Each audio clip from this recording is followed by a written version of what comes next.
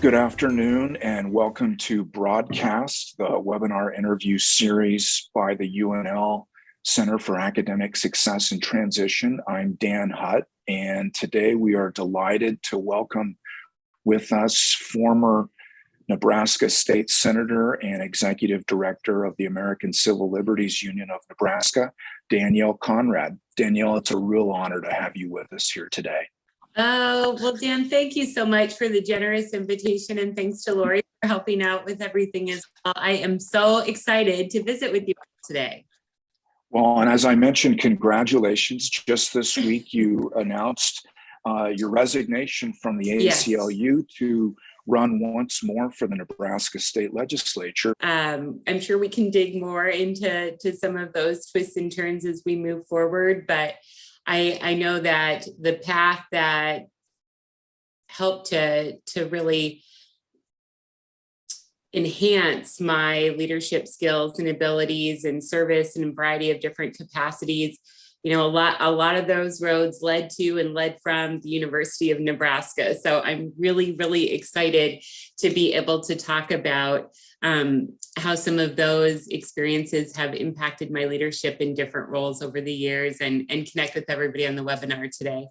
That sounds great. And, you know, I've been thinking recently just what good fortune Nebraska and Lincoln enjoy in having such strong women in leadership positions. You, of course, Lincoln Mayor, Larry and Gaylord Baird, state senators, Patty Pansing Brooks, Kate Bowles, Anna Wishart, in the courts, Judge Rico Bishop, and even in business, novel idea bookstore owners, Cinnamon Duncan, art scene, Annette Murrell, and many more aspiring individuals here at UNL. So, and how great would it be to go back to work at our beautiful Nebraska State Capitol? Well, it is a treasure, architecturally and in my heart. And there is no place like Nebraska, but I know we're all a little biased in that regard, but it really is true. Not just the, of course, unique aesthetic there, but the incredible beauty and effectiveness of our unicameral legislature, which is unique, and just I just am so in awe of our of the folks who came before us in Nebraska to foster that form of government here, which I think is truly the envy of the nation in terms of how we're able to conduct the people's business. It's extraordinary. And of course, the senators and the governor get most of the attention, but people like Capitol Commissioner Bob Ripley, architect Matt Hansen, Roxanne Smith in the tour department, really unsung heroes at the Capitol, aren't they?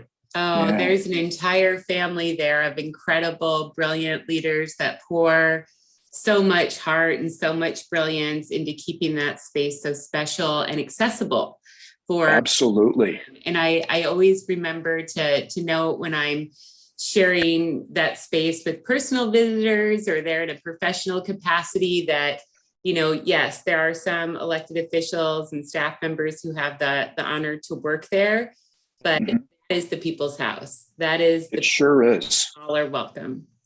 In ways that isn't common in many other state capitals, that accessibility issue, that's for sure. That's right. But, well, to begin, I know that you're from Seward County, Nebraska. Did you grow up in Seward proper? Well, I actually grew up north of town, about out in the country, out in rural Seward County.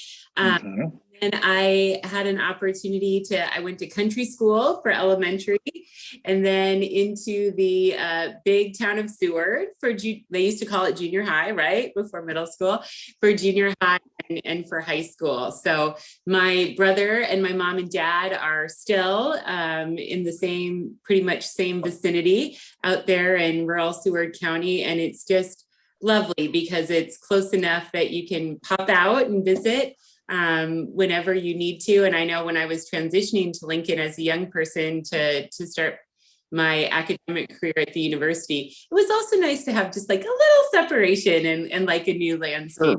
Well, that was familiar, but bigger. Absolutely. Exciting for a small town kid coming to Lincoln.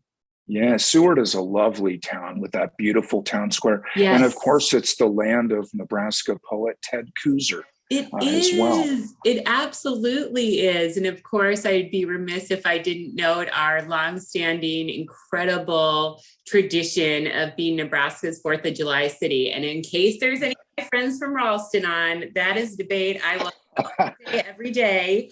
But that was such a special part of being from Seward, and is still a special touchstone today. Sure is. Well, I know that your mother taught for 15 years in Lincoln Public Schools.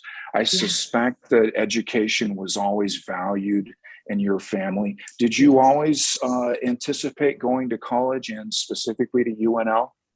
Yeah, absolutely. So my mom was a teacher her entire career, and finished up her career for the last many years right here in Lincoln at Lincoln Public Schools in a lot of different capacities. But before that, she taught at another country school in Seward County, and then has just been a tireless advocate dedicated to educational equity and access and volunteer endeavors. And even since retirement, she's now teaching English for Lincoln literacy. So, oh my goodness. Yeah, isn't that cool? So Lincoln, so a lifelong love of learning was absolutely at the forefront of our lives, deeply embedded in our DNA. And, I remember, since we had such close proximity to Lincoln to pop in for school shopping or other kinds of events,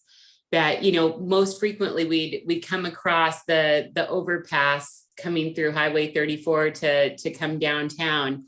And of course you have the beautiful campus right there. Mm-hmm.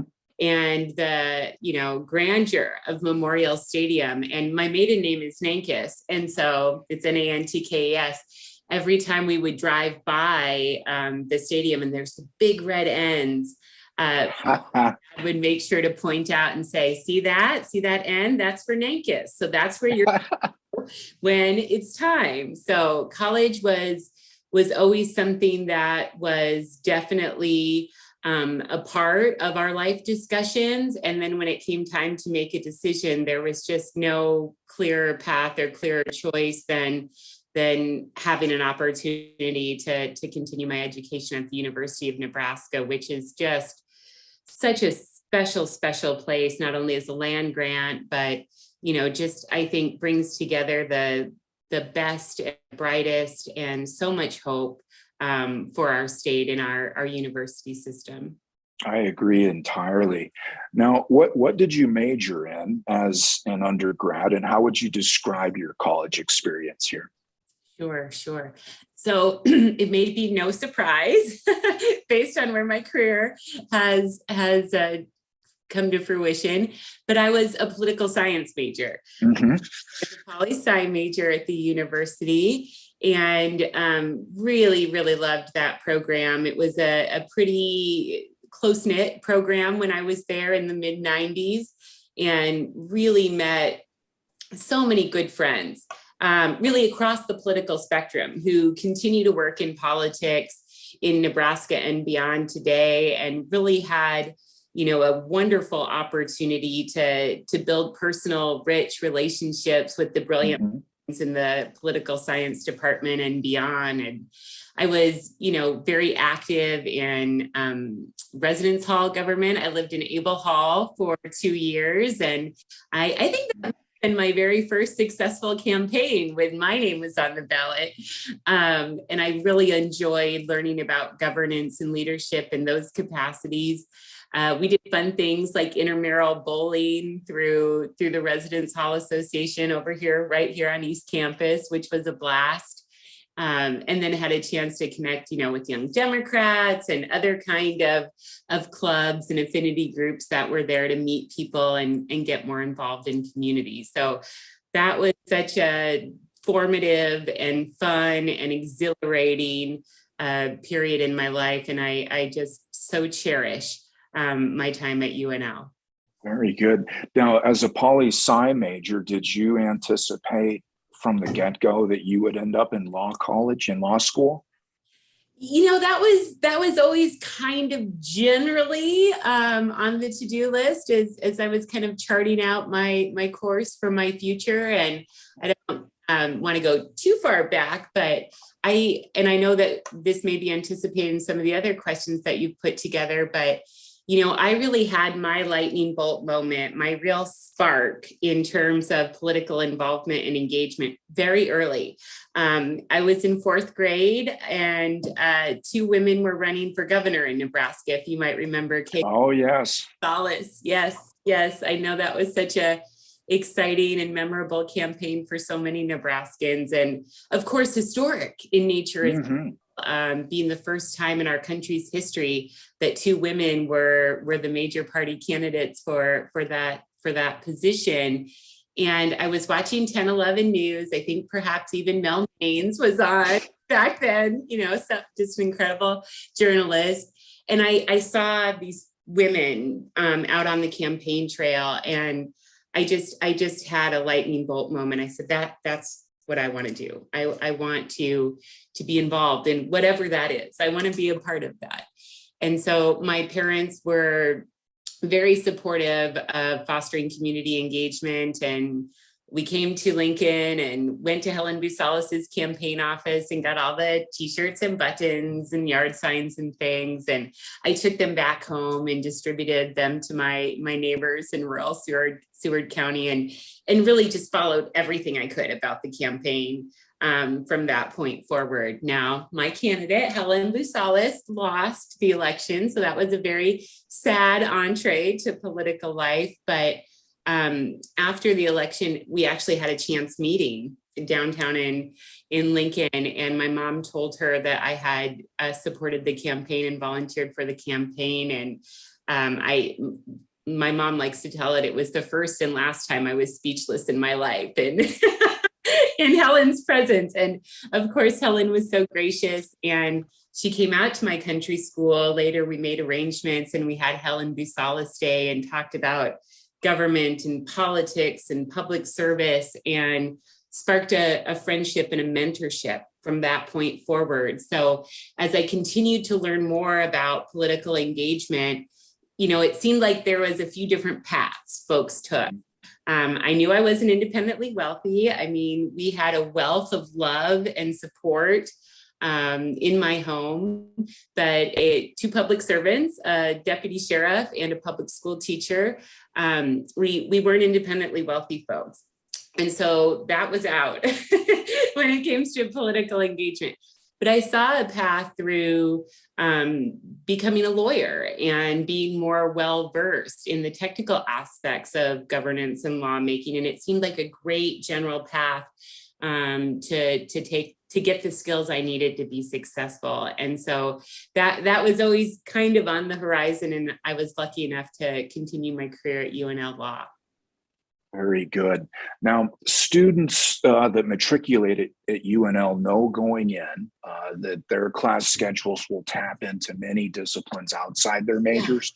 Yeah. And we frequently discuss how that broad liberal arts foundation contributes to making one a more well-rounded person. Do you recall which courses you may have taken outside of your major that were particularly impactful? Oh, gosh, so many. Yes, that was one of the most fun parts about being in an undergraduate studies program at University of Nebraska was just the, incredible, rich and diverse tapestry of offerings that were available.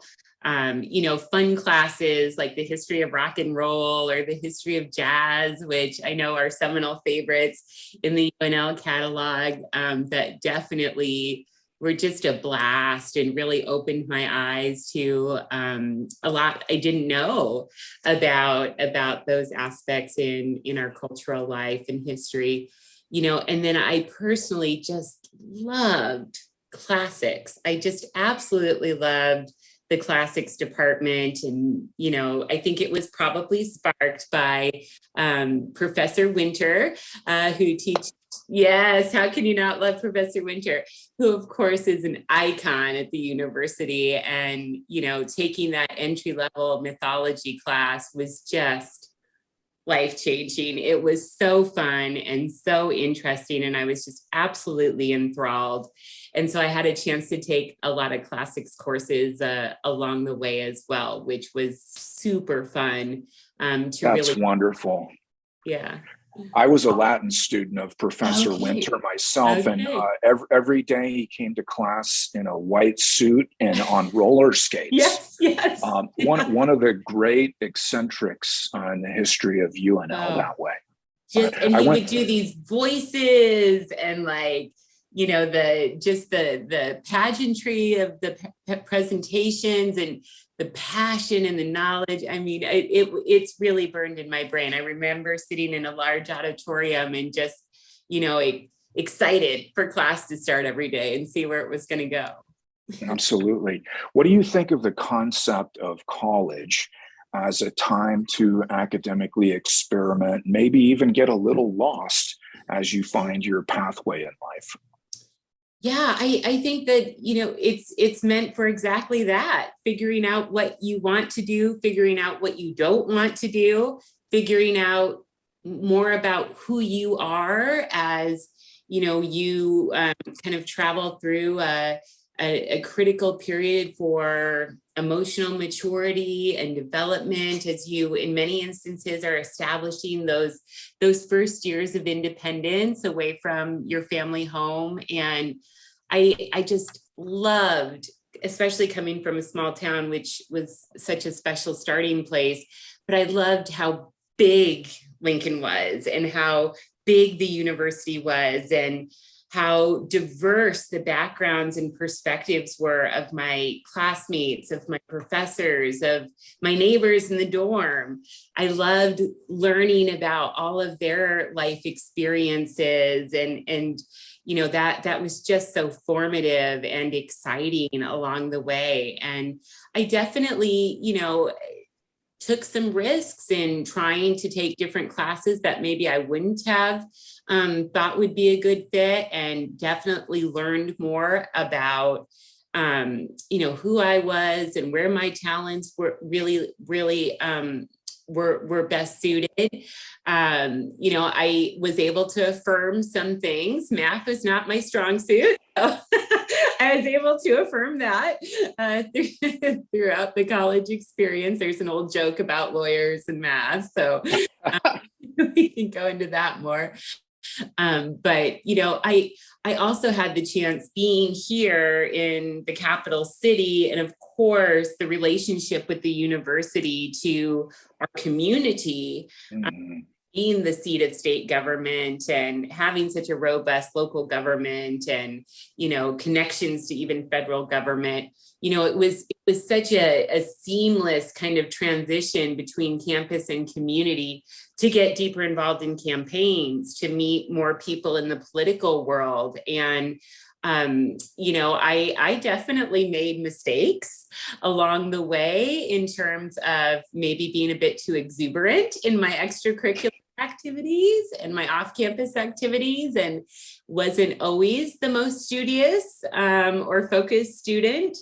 Part of that is having been a troublemaker that lived in Abel Hall. That dorm is still known for that all these years later. Yes, exactly. So I definitely had a lot of fun. That's for sure. But I definitely made some missteps along the way in my academic career. And it took me a little bit longer to get through undergrad than maybe the traditional course of study. I can laugh about it now. Wasn't so funny then. But I That's delightful. College is not meant to be rushed through. Yeah, and it's a good reminder that, you know, and something that I try and carry in my heart and head in all aspects of my work is there really is no failure, just learning, right?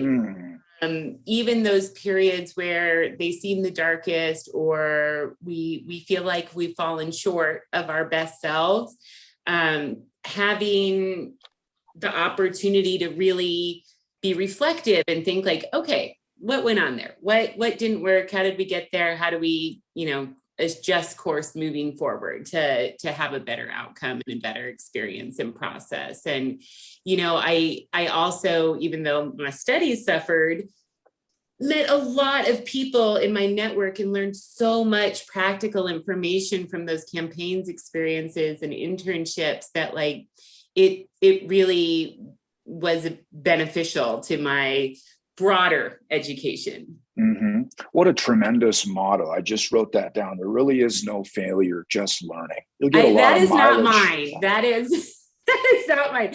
I think there's a book, Emergent Strategies, where the author talks a lot about that approach to life and learning and living our values. It's a great way to go about things.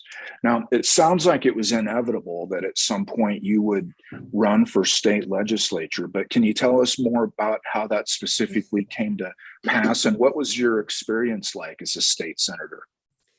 Yeah, so I always knew I wanted to be involved in politics and government and public service, but I didn't know exactly what. I worked on a lot of campaigns over the years, really from early days in my childhood carrying forward. So I loved all of those kinds of experiences. And shortly after law school, I started my career at a public interest law firm, here in Lincoln, called Nebraska Appleseed, for law in the public interest. And it was a little tiny organization when I was there 100 years ago. Now it's grown so big, which is so exciting.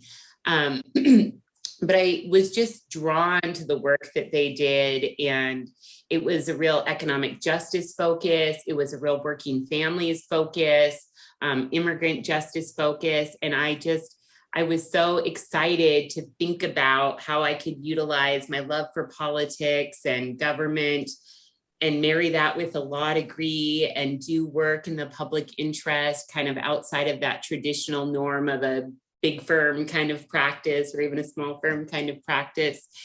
And so I was so lucky to have the opportunity to clerk there during law school and then to become a staff attorney there after graduation. And I worked to develop their policy program. I was really kind of the first in that position at that organization. And so I was at the legislature on a daily basis, meeting with senators and staff and stakeholders and working on policies affecting working families and new immigrants to our community. And I had always loved the legislature and had been in awe of it, but it was really that hands-on experience through those internships and law clerkship experiences and being a staff attorney there that I just loved our legislature. And I thought that might be something that I could do in the future. Now, along the way, term limits came to the Nebraska legislature after many twists and turns. And so for the first time in well over 30 years, our district here in North Lincoln had an open seat because Senator Landis was prohibited from running again because of term limits. And so having worked for so many candidates and recruited candidates, I kind of decided to take a big leap and recruit myself to run for the legislature. I think at the ripe age of 28, maybe I think in my first campaign.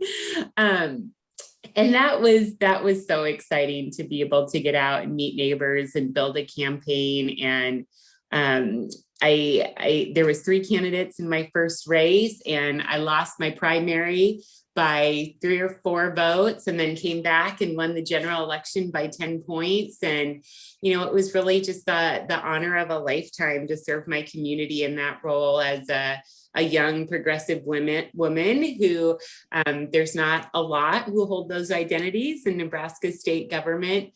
But I felt my love affair with the Nebraska legislature just deepened. To see it up close and personal, to have such rich relationships with so many people who cared about their state and their community from all across different geographies, identities, different points on the political spectrum. And, it doesn't sell a lot of newspapers, but, there's so many great personal relationships in the Nebraska legislature, and we get to put aside that party stuff and we get to focus on policy and we get to focus on relationships. And, it was just tremendous to forge those relationships and work on so many issues near to my heart. So that was kind of how that path took off. Surely. Now the legislature is a very different place today than it was even 5 years ago. Do you even recognize that political landscape, either in the legislature or nationally? I mean, it's even recently been suggested by a state senator that the unicameral body become partisan, which I had to read that twice. And I thought former Senator George Norris is turning over in his grave at that notion. Yeah, exactly. I mean, there's no doubt about it. Our political landscape has changed a lot in a really short period of time. And I do watch as an active participant and observer of our legislature, as a citizen observer, I do see how those kind of national trends are changing things in the Nebraska legislature as well, where, we're seeing things, as you mentioned, proposals that, just a few years ago would not even be imaginable, that unthinkable, having those kinds of conversations here. And I think it's definitely kind of a trickle down effect from a lot of the acrimony in our national political dialogue and society. And I think that, it's quite troubling because we absolutely can and should have really passionate debates about different issues, different challenges, our ideas for how to address those challenges. But it shouldn't have to kind of boil down to such I think a personal dislike that seems to have infused so much of our politics. And I think about my time in the legislature, and some of my dearest and closest friends there were people who had completely divergent political perspectives than I did, but we just had a kinship and loved serving together and a love for Nebraska. And it really let us, I think, push our individual and collective boundaries to have— It made you both better. And to be open-minded about different perspectives when you have that relationship and trust. I wouldn't pretend for 1 second to know the lived experiences of a rancher from greater Nebraska, right? But I had colleagues that did have that experience, and I could learn about what was most important to them in their communities when we were deciding how to take up key votes. And they had the trust to listen to me when I was talking about issues impacting young people who are entering the workforce or juggling childcare or struggling to make ends meet or establishing a home as a newcomer in this community. And so that was just so special, and I think is still a hallmark of the Nebraska legislature, even though it is, I think, under fire. And the combination of term limits and the change in our politics has been a disservice to our proud nonpartisan tradition, and has made things, I think, needlessly acrimonious. And the focus needs to get back to policy and to people, and less partisanship and less, trying to score political points against each other or personal attacks. Whether it's at your small business or your house or wherever it might be, that just doesn't solve problems. That approach doesn't solve problems. And we're there to try and figure out how to make things a little bit better for every Nebraska. I think that we can be principled. I think that we can have different ideas. But I think if you want to be the governor of Nebraska, for example, you're there to serve all Nebraskans, and all means all. That doesn't just mean people who look like you or talk like you or think like you. That's really an awesome responsibility to foster a culture of belonging for everybody in Nebraska, right? No one owns Nebraska. No one owns the idea of what Nebraska is or can be. And it has to work, it has to include all of us, right? So I think that kind of divisive messaging and posturing, I understand why it happens in a hotly contested primary. I think that it, is still a leadership decision in terms of how candidates are engaging with the public in those campaigns. And it does a disservice because it turns people off.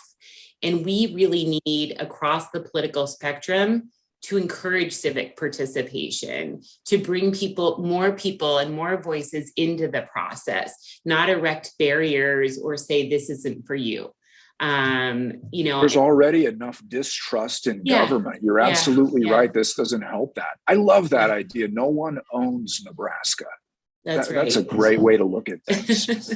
Now, obviously, you've been in touch with politics, as you mentioned. What prompted specifically your candidacy anew to the legislature and wanting to jump back into the fray? Sure. Yes, well, it was such a hard decision personally and professionally, because I know what a sacrifice it is to serve, but also what an awesome privilege it is to serve. And my work at ACLU over the last 8 years has been just a joy, just a complete and wonderful joy. And I'm so proud of how we've built our team and built our impact and where we are in the ACLU of Nebraska today, working across litigation, policy advocacy, community engagement. And our team is just so strong and so brilliant that actually gave me the confidence to take a big risk and a big leap more recently. But again, I'm looking at what's happening in our political landscape here, and I'm looking what's happening to our beloved Nebraska unicameral legislature. And person after person that I've visited with, and again, across the political spectrum, is really mourning a lack of leadership, is really mourning, I think, a more joyful and hopeful kind of attitude in our governance.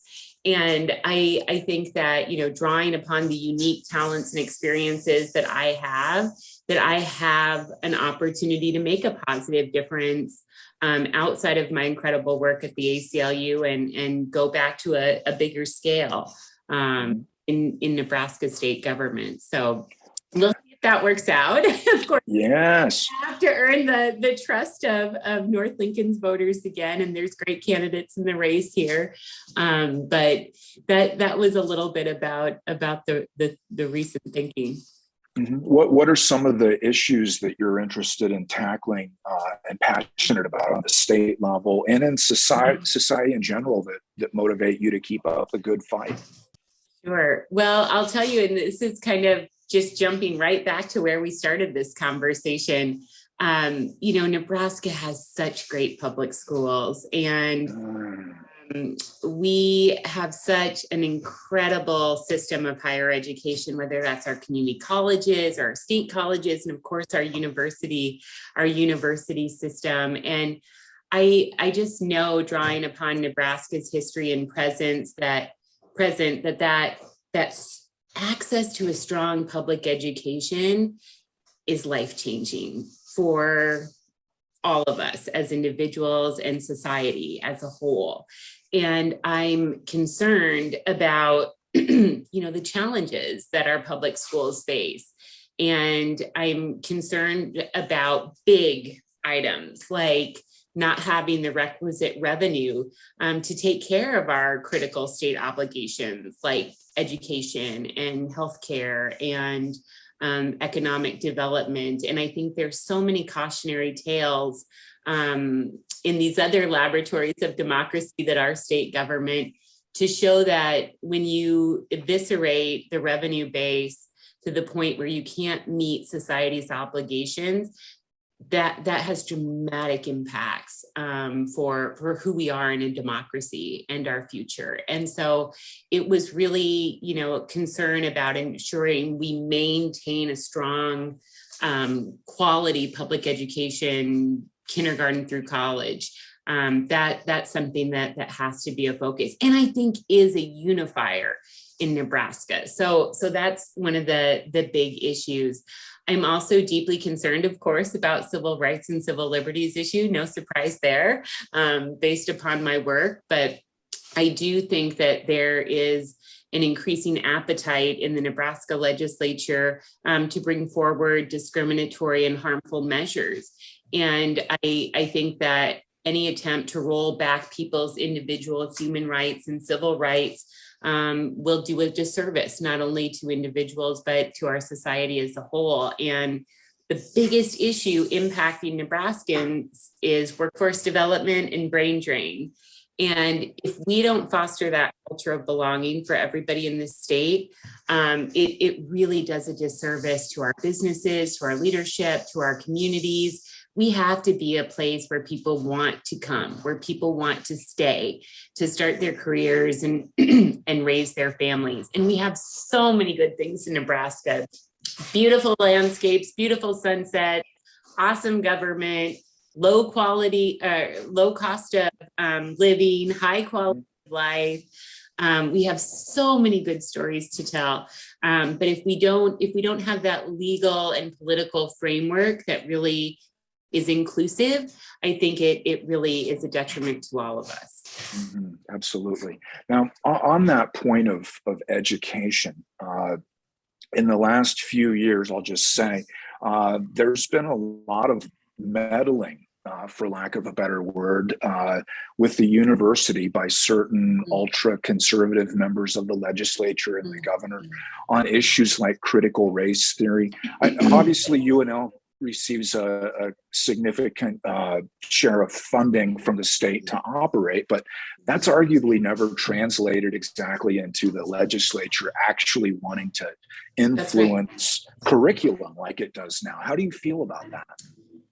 Yeah, I think that those attempts at political interference are really troubling.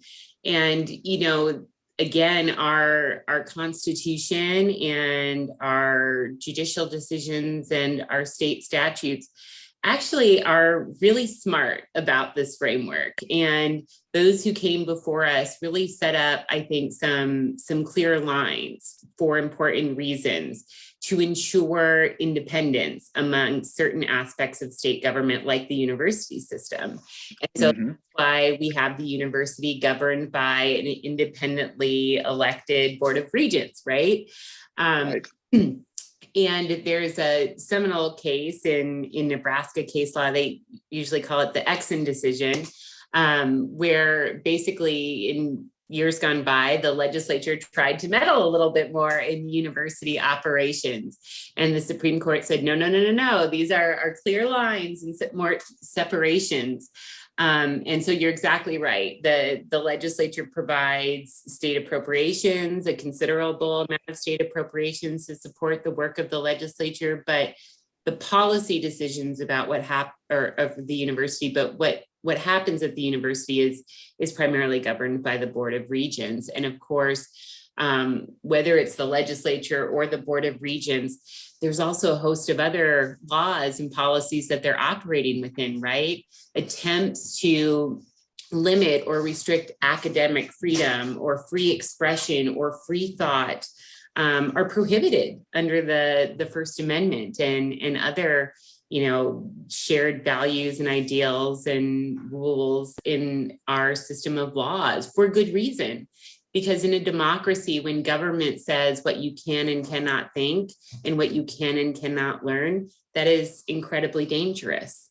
And we need to lean in to those freedoms and push back against attempts to cancel ideas or gag teachers or students, and particularly at the level of higher education, where the whole system is meant to have robust and diverse points of view and discussion and thought. So I'm glad to see that the Board of Regents have turned back those proposals and that recent attempts in the legislature to try and kind of provide some restrictions from a state perspective don't seem to have a great deal of appetite to moving forward. But I do think even if unsuccessful, they do have a chilling impact. They send a message to members of our university present or who were thinking about joining, students, faculty, and staff, that maybe this isn't the most inclusive and welcoming place. And I do think that that's an incredible disservice, because again, it starts to overshadow all the good stories we have to tell, right? Absolutely. Danielle, what did you like best about working for the ACLU of Nebraska? And are there in particular any cases that you fought for that you're most proud of? Oh my goodness gracious. There's so many things to think about that I'm so excited about and so proud of, and reflecting back on over these last 8 years as I'm transitioning now. But one thing that this is kind of a funny story, but when I was term limited from the legislature and looking for the next step in my professional career, the ACLU had an opening for a director and had approached me, and I had not been a member of the ACLU. I was not particularly involved with the organization prior thereto. I'd worked with them a little bit in the legislative arena. And then was, of course, familiar with their national organization and their historic body of work. But it was a steep learning curve and a big eye opener to me when I onboarded 8 years ago. And some of my favorite things are, like, I got to dust off my law degree and help with the litigation side of things. I got to keep a foot in the policy arena and stay a part of the legislative family and work that's so important here on so many aspects of ACLU's agenda.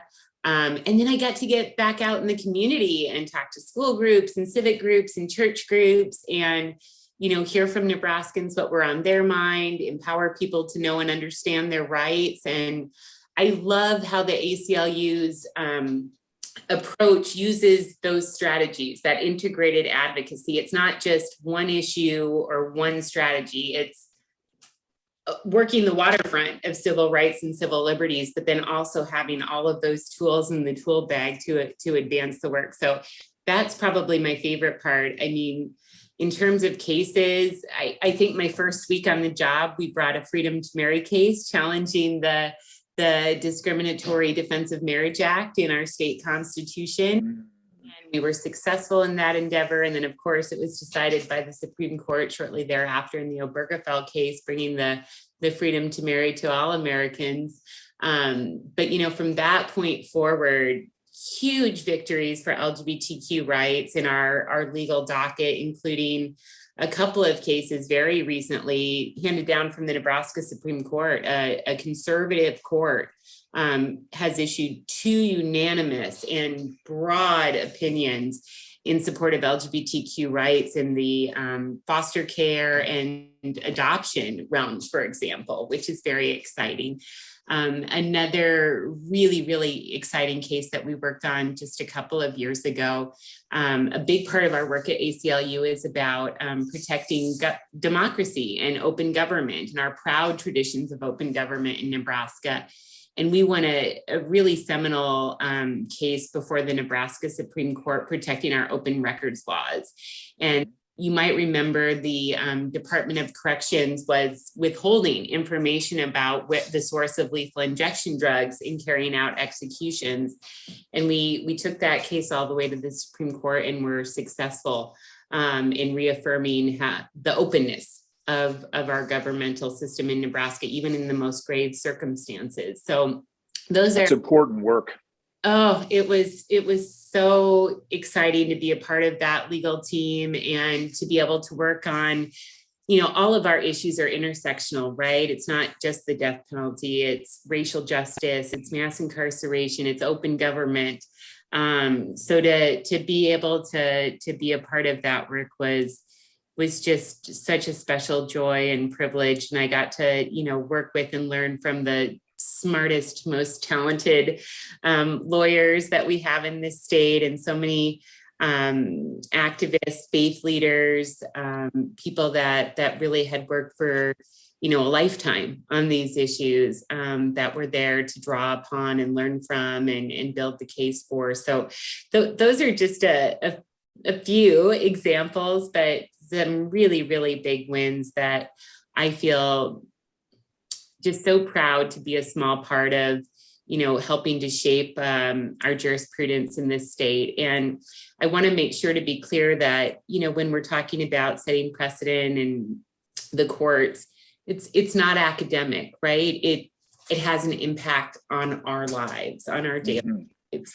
And Nebraska's, leaders were very clear when they put those pieces into place, is that we, the people, have a right to know what government's doing in our name. And it's not for mundane things like the lunch order, or maybe it is, if that's what you want to learn about, but it's for even the grave aspects of what happens in our name and with our tax dollars, and perhaps the most important in the most serious situations. And we can, I think, be really proud of having that strong culture and legal protection for open government in Nebraska.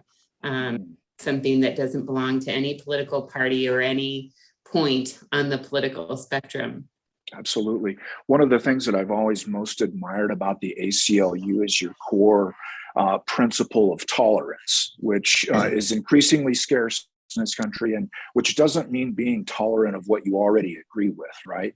But having said that, I know that your guiding principle in your job there is the idea of everyone receiving equal representation, legal representation, and defense. And it's not a matter of advocacy of any particular views or acts. But having said that, was there ever a time when you felt like a client's views or acts were so egregious or reprehensible that it was momentarily difficult for you to advocate and you had to force yourself? I mean, that would seem human, but do you know what I mean? Yeah, absolutely. And I think that this is a quandary that not only advocacy organizations like the ACLU find from time to time, but that, of course, as just kind of a natural kind of tension point in a legal practice, being an attorney, where you have the really special obligation to best serve your client's needs, right? And to not put your own feelings and beliefs in front of what's best for your client and pursuing their interests. So, a lot of times where these issues pop up the most for us at the ACLU is really these intersections, particularly around like racial justice and free speech, right? And the ACLU has long had a very principled approach to our work in this regard, which we still draw upon. Now, of course, it is ever evolving in terms of how we look at things, but we firmly believe that government restrictions on speech are wrong, and that government shouldn't draw the line or censor certain political viewpoints. And rather than having any sort of government censorship or suppression of ideas, we believe the better way to counteract speech or ideas that we disagree with is through more speech, is through more engagement. And so from time to time, we might be asked to defend a point of view that's being censored, right? Even if it goes against some of our other core beliefs. I will tell you, there is a point in my tenure where this is really exemplified. But you might remember a few years ago, there was a group of Husker players that took a knee on the sideline to protest racial injustice and police practices. And so, of course, we spoke out forcefully in their support and their First Amendment free expression rights, as certain members of the Board of Regent were actually threatening government punishment around that time, which was chilling. But there was also attempts by a local school district, I think it was up in Gretna, that were trying to shut down a pro-life students club because they thought it was too controversial. And we spoke out forcefully in support of those students' right to organize. Even though we have a different perspective on reproductive justice issues, we totally believe that students have a right to organize and to hold their beliefs and to share their beliefs, so free from government censorship. So I think while challenging, that principled approach can also be clarifying to help sort through some of those internal conflicts that may pop up. And remember that when government draws the line, who's holding the levers? And it's people in government, right? It's not this thing, it's people. that usually does a disservice to all of us if we don't have fair and neutral laws and application thereof.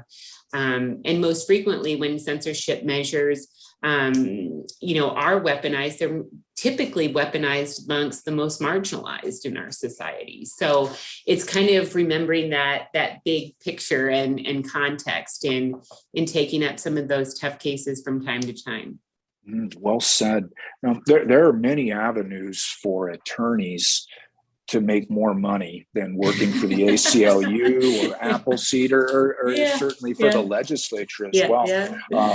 That suggests your professional motives aren't just about economics. Not that money isn't nice, but it makes decisions easier. That's for sure.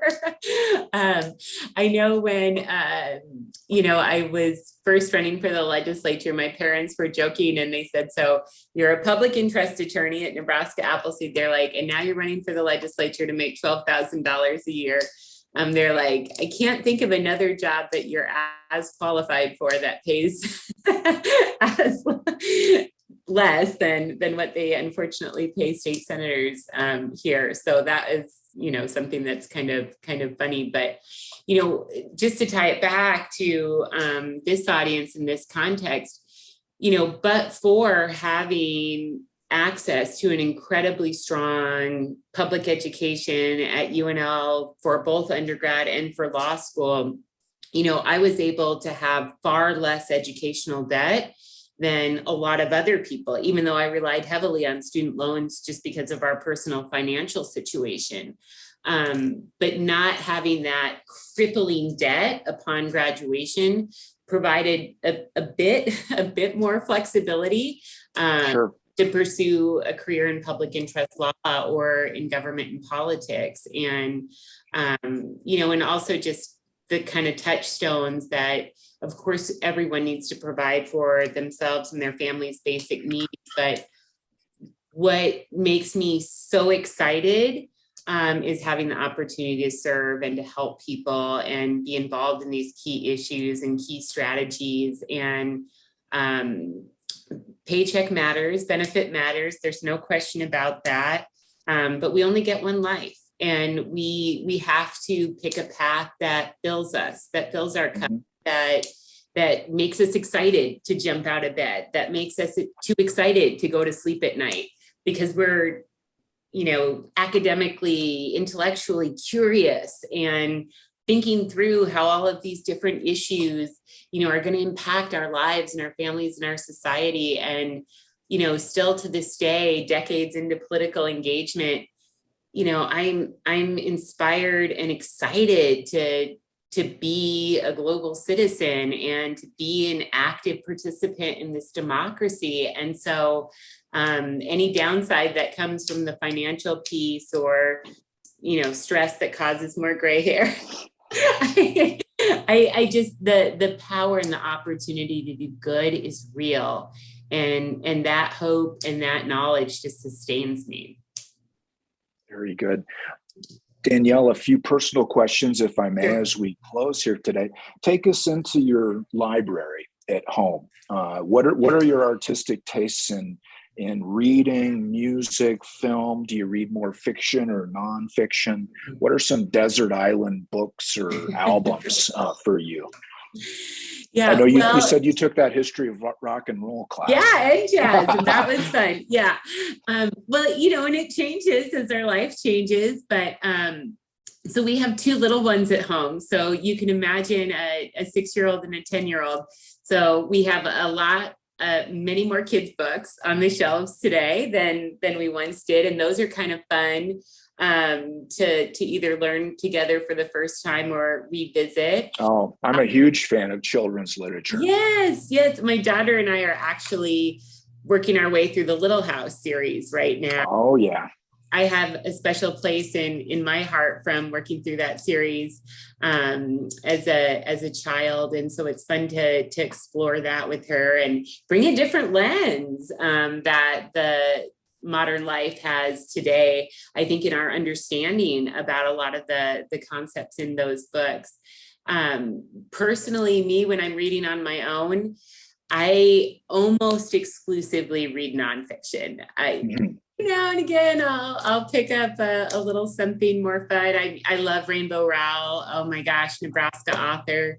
Eleanor in Park is a book that I've gone back to frequently. And it's set in Nebraska, so that's so beautiful. And I've had the chance to meet her, and she's so exciting. And a UNL alum. But I just love that story. It just captures that moment in young people's lives so brilliantly. But I read a lot of nonfiction. So presidential autobiographies and biographies, biographies and autobiographies of historical and political and legal figures are always at the top of my list.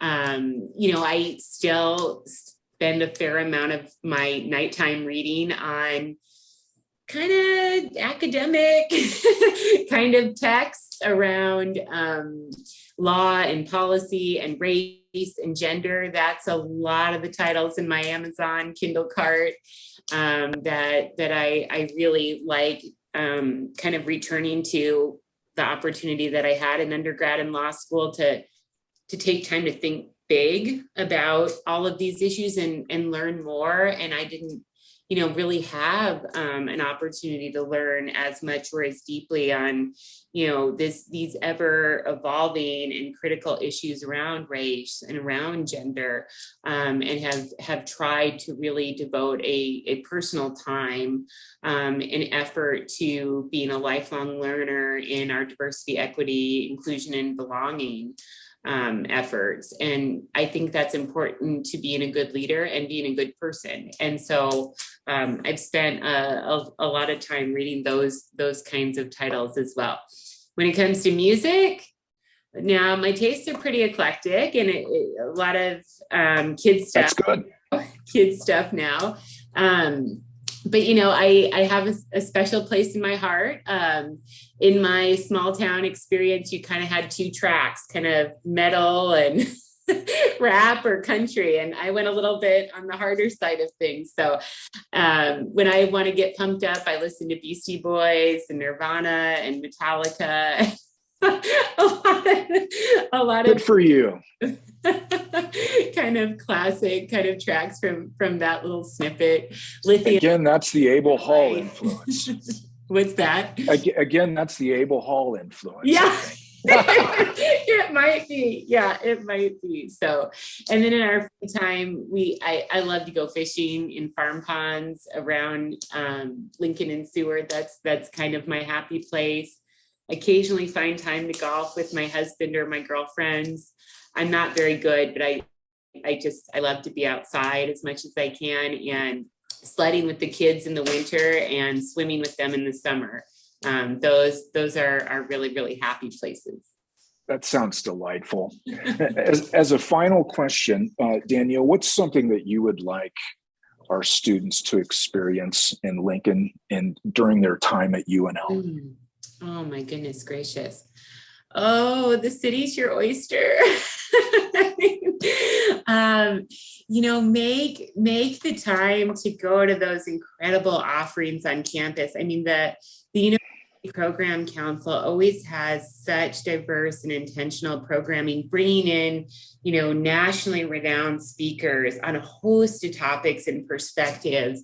Really take advantage of those offerings to engage, to think, to learn, to meet people, to expand your horizons. This is one of those right here. Yeah, that's something that's so cool. Trot down to the Nebraska Legislature. It's just a couple blocks from campus. You can sit in the balcony, right? You can sit in the balcony. You can get an up close and personal look at your state government in action. And there's just literally no system that's more accessible to the people than the Nebraska Legislature, which is super special.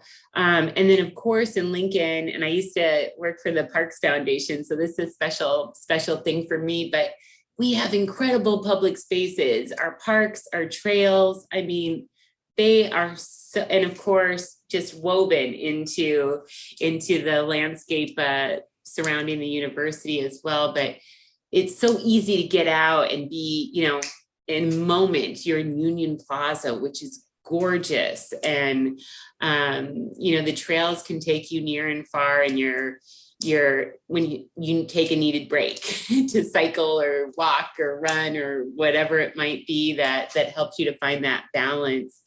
Pioneers Park is unbelievable to explore and hike. Wilderness Park is a hidden gem, a little bit further out, a little bit more rustic. But we just have such incredible public spaces here in Lincoln that I think that sometimes they're so incredible, we almost take them for granted. They're really so special and should be cherished and accessible to all. Very good. Accessibility has been a real theme in our talk here today, hasn't it? Yeah, that's important, obviously. Danielle, it's been such a pleasure to speak with you. You're so well spoken. I could speak with you for another hour. But I want to wish you all the best in your future and with your campaign, and extreme thanks for joining us here today. It's our pleasure entirely. Oh, Dan, this has been so fun. And thanks so much to you for the generous invitation and cultivating this series and providing more opportunities for thinking and learning for our UNL family. And again, there's lots about the ACLU on our website, so folks can go learn more there, or follow us on social media to get the breaking news kind of things. But if one thing I think is so special about Nebraska and our university family is that how many people are willing to put a hand out, right? When you're trying to figure out things in your school or in your work or in your life. And I think about how many people that have been generous with their time to me in this community and through the university system to help provide guidance and feedback and opportunities. So if I can ever do anything to be helpful or provide opportunity or guidance to anybody, to any member of our university family, it would be a distinct honor and pleasure to have a chance to do so, because we need all of these beautiful leaders here today and tomorrow. And I don't say like leaders of tomorrow, because every person has an opportunity to be a leader in their community today. We do not have to wait for a point in time or permission to make a positive difference. And we shouldn't. We should embrace our power, embrace our voice, and do all that we can with our time and talents to make a better university, a better state, and a better country. I agree entirely. Well said. Danielle, thank you again. Yes, thank you. Okay, take care. Okay, bye-bye.